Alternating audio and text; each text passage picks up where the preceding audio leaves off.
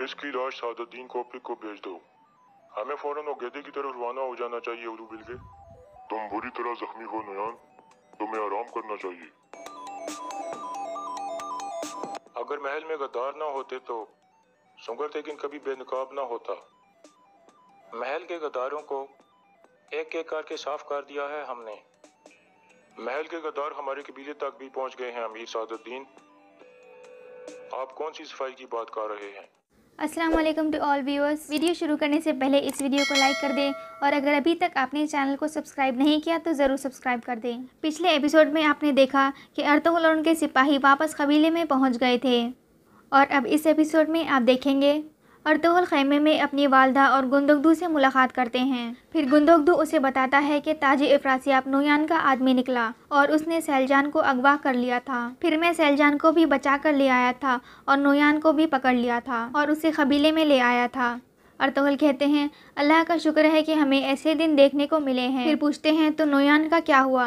हैमा खातून कहती हैं हम नोयान को मारने ही वाले थे कि सादुद्दीन वहाँ आ गया और हमारी रियासत के दरमियान सुलह का मुआहदा हो गया था। अर्तुगरुल पूछते हैं लेकिन इससे नोयान का क्या ताल्लुक़? हैमा खातून कहती हैं हमने नोयान के बदले में 3 सल्जूक कमांडर वापस लिए हैं। इस पर अर्तुगरुल गुस्से में आ जाते हैं और कहते हैं ये आप क्या कह रही हैं वालिदा और भाई, आपने ये कैसे होने दिया? गुंदुगदू कहता है हम रियासत के सुलह के मामले को ख़राब नहीं करना चाहते थे। इस पर अर्तुगरुल गुस्से में खड़े हो जाते हैं और कहते हैं जो आदमी अपने मकसद के लिए हमारे कबीले की औरत को अगवा कर सकता है उसको आपने अपने हाथ से कैसे जाने दिया? अब वो हमसे और हमारे चाहने वालों से बदला लेगा। क्या सुंगुर्तगिन ने आपको रोका नहीं? हैमा खातून कहती हैं उसने ही तो हमें ऐसा करने पर रजामंद किया था। फिर गुंदुगदू खड़ा होता है और अर्तुगरुल से कहता है तुम बताओ भाई, अगर तुम हमारी जगह होते तो क्या करते? क्या हम इन पहाड़ों में अपनी रियासत के लिए नहीं लड़ रहे? तो क्या हम उनके फरमान को नहीं मानेंगे? इस पर अर्तुगरुल कहते हैं खून बहता है तो अमन अपना रास्ता निकाल लेता है भाई,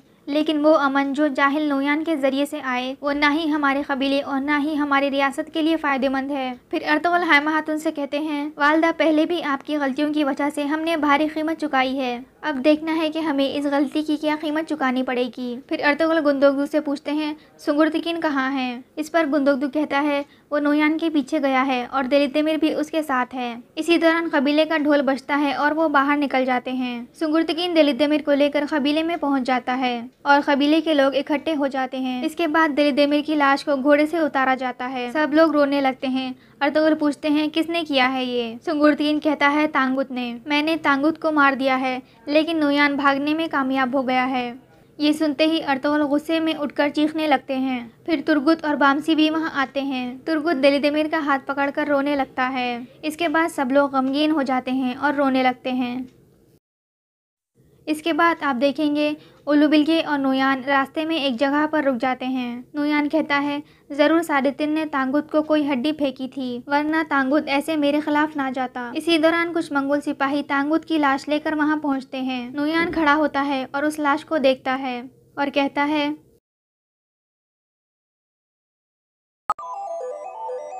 इसकी लाश सादुद्दीन कोपलिक को भेज दो। हमें फौरन ओगैदे की तरफ रवाना हो जाना चाहिए। उलू बिलगे, तुम बुरी तरह जख्मी हो नयान, तुम्हें आराम करना चाहिए। इसके बाद नोयान कहता है हमारे पास वक्त नहीं है, अभी मुझे मजबूत और बड़ी फौज तैयार करनी होगी जंग के लिए, इसलिए हमें फौरन वापस जाना होगा। दूसरी तरफ गुमुश्तगिन मेहमान खाने में सादुद्दीन के पास जाता है। गुमुश्तगिन कहता है हमारी रियासत ने सुलह का मुआहदा कर लिया लेकिन उन्हें इसकी कोई परवाह नहीं है। सुंगुर्तगिन और दिलिदेमिर ने नोयान को मारने के लिए उसका पीछा किया है और तांगुत को मार दिया है। ये सुनकर सादुद्दीन चौंक जाता है। फिर गुमुश्तगिन सादुद्दीन को बताता है कि नोयान भागने में कामयाब हो गया है और दिलिदेमिर शहीद हो गया है और जब तक सुंगुर्तगिन और अर्तुगरुल जिंदा हैं ये हमारे रास्ते में मुश्किलात पैदा करते रहेंगे। सादुद्दीन कहता है कल मैं दिलिदेमिर के जनाजे पर जाऊंगा और अपने बहादुर भाइयों का दुख बांटूंगा। इस पर गुमुश्तगिन कहता है ये आप क्या कह रहे हैं? मैं चाहता हूं कि उन्हें मर जाना चाहिए और आप उनका दुख बांटने की बात कर रहे हैं। सादुद्दीन कहता है हर मसले का हल तलवार नहीं है, बल्कि मैं ऐसी चाल चलूँगा कि सुंगुर्तगिन और अर्तुगरुल मेरे लिए लड़ेंगे और लड़ते लड़ते मर जाएंगे। गुमुश्तगिन कहता है ये कैसे होगा? सादुद्दीन कहता है ये तुम्हें वक्त बताएगा, अब तुम जाओ। उसके जाने के बाद सिपाही आकर बताता है कि एक घोड़ा यहाँ पर बास्केट लेकर आया है। सादुद्दीन कहता है अंदर ले आओ। सादुद्दीन जैसे ही बास्केट खोलता है उसमें तांगुत की लाश होती है। फिर वो उसकी जेब से मोहर तलाश करने की कोशिश करता है, लेकिन उसे वो नहीं मिलती। ये देखकर सादुद्दीन समझ जाता है कि सुंगुर्तकीन ने मोहर हासिल कर ली है और कहता है इसका मतलब है कि रियासत की मोहर अच्छे हाथों में है, और कहता है इसकी लाश उठाकर जंगल में फेंक दो ताकि जानवर इस पर दावत ले सकें। अगले दिन कबीले में दिलिदिमिर का जनाजा उठाकर कब्रिस्तान में लाया जाता है और सब लोग अल्लाह अकबर के नारे लगाते हैं। इसके बाद दिलिदिमिर को खबर में उतार दिया जाता है। फिर तुर्गुत रोते हुए मट्टी डालने लगता है। इसके बाद बाकी लोग भी बारी बारी मट्टी डालते हैं। इसी दौरान सादुद्दीन अपने सिपाहियों के साथ वहां पहुंच जाता है। मट्टी डालने के बाद सब लोग दुआ करते हैं। फिर तुर्गुत दिलिदिमिर की पट्टी अपने सर पर बांध लेता है जो शोक की अलामत होती है। इसके बाद सब लोग वहां से जाने लगते हैं। इतने में सुंगुर्तकीन सादुद्दीन को आवाज़ देकर वहां रोक लेता है और कहता है हम दोनों आपसे कुछ बात करना चाहते हैं। सादुद्दीन कहता है सबसे पहले मुझे बहुत अफसोस हुआ है। मैंने सुना है कि दिलिदिमिर आपके बहुत करीब था। फिर वो अर्तुगरुल को देखकर कहता है तो आप अर्तुगरुल हो, हमारे सुल्तान के फ़ख्र का जरिया। फिर अर्तुगरुल कहते हैं अगर महल में गद्दार ना होते तो सुंगुर्तकीन कभी बेनकाब ना होता। महल के गद्दारों को एक एक करके साफ कर दिया है हमने। महल के गद्दार हमारे कबीले तक भी पहुंच गए हैं। अमीर सादुद्दीन, आप कौन सी सफाई की बात कर रहे हैं? इसके बाद अर्तुगरुल कहते हैं ये जान लो कि मैं वो हाथ तलाश कर कर काट दूंगा जिसके हाथ में उनकी डोर है। सादुद्दीन कहता है अगर आप लोगों ने रियासत का हुक्म माना होता तो आज दिलिदिमिर जिंदा होता। सुंगुर्तकीन कहता है ये आप कैसे कह सकते हैं, क्या हमने इतने सालों से रियासत का हुक्म नहीं माना? सादुद्दीन कहता है हुक्म मानने का ये मतलब नहीं कि जब आपका दिल चाहे आप हुक्म मान लें और जब दिल करे बगावत कर दें। आपको हर हाल में रियासत की अताअत करनी चाहिए ताकि रियासत आप पर एतमाद कर सके। अब गौर से सुनो, तांगुत की डोर हमेशा से मेरे हाथ में थी। इससे पहले तक सब कुछ सही जा रहा था जब तक अर्तुगरुल कारबे के मसले में शामिल नहीं हुआ और तुमने हर चीज़ बर्बाद कर दी। फिर सुंगुर्तकीन आया और उसने मेरे घोड़े को काट दिया। इस पर सुंगुर्तकीन कहता है ये आप क्या कह रहे हैं अमीर सादुद्दीन? सादुद्दीन कहता है अगर तुम तांगुत को ना मारते तो वो नोयान को मेरे हुक्म पर मारने वाला था और वो तुम्हारी जिम्मेदारी लेने को तैयार था और मैं तांगुत को नया कमांडर बनवाने वाला था। ये रियासत तुम लोगों की तरह बकरियां चराकर कायम नहीं हुई। माना कि तुम जैसे बहादुरों की मदद हमें ज़रूर मिली है, लेकिन रियासत तुम लोगों के ख्याल से बहुत ऊपर है। मेरी ख्वाहिश है कि तुम जैसे बहादुर रियासत का हुक्म माने। दिलिदिमिर का बदला हम लेंगे और नोयान को किसी भी तरह मार देंगे। इसके लिए मुझसे जो कुछ हो सका मैं वो करूँगा। इसके बाद सादुद्दीन उन लोगों को अल्लाह हाफिज कहकर वहाँ से चला जाता है। फिर सादुद्दीन के जाने के बाद अर्तुगरुल सुंगुर्तकीन से पूछते हैं क्या ख्याल है भाई? सुंगुर्तकीन कहता है हमें इस पर एतमाद कर लेना चाहिए, आखिर ये सुल्तान अलाउद्दीन का करीबी आदमी है। अर्तुगरुल कहते हैं लेकिन मुझे कुछ अच्छा महसूस नहीं हो रहा। मैं सुल्तान अलाउद्दीन के ख़त का इंतज़ार करूँगा। इसके बाद सुंगुर्तकीन वो मोहर निकालता है और कहता है अब मैं चाहता हूँ कि ये मोहर महफूज हाथों में रहे।